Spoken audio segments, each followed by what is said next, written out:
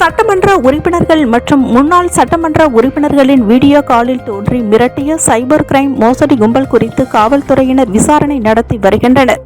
புதுச்சேரி மற்றும் வேறு பிராந்தியத்தைச் சேர்ந்த இரு தேசிய கட்சிகளின் இரு சட்டமன்ற உறுப்பினர்களும் முன்னாள் சட்டமன்ற உறுப்பினர் என 3 பேர் சைபர் கிரைம் மோசடிக்காரர்களின் வலையில் சிக்கி உள்ளனர்.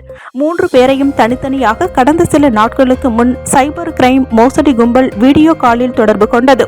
வீடியோ கால் அட்டன் செய்தவுடன் மறுபக்கத்தில் நிர்வாணமாக ஒரு பெண் தோன்றியுள்ளார். அடுத்த சில நிமிடத்தில் அந்த வீடியோ கால் இணைப்பை மூவரும் துண்டித்து விட்டனர்.